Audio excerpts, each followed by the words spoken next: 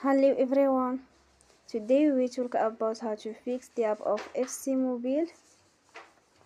We go to settings. Then we click on apps.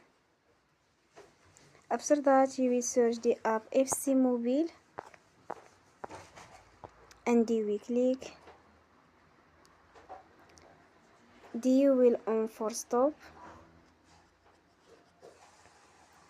After that we go to storage. Then we click on clear cache.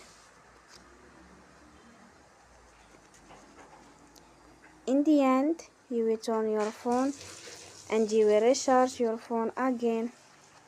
Don't forget to support us by like and subscribe. See you next time and thank you for watching.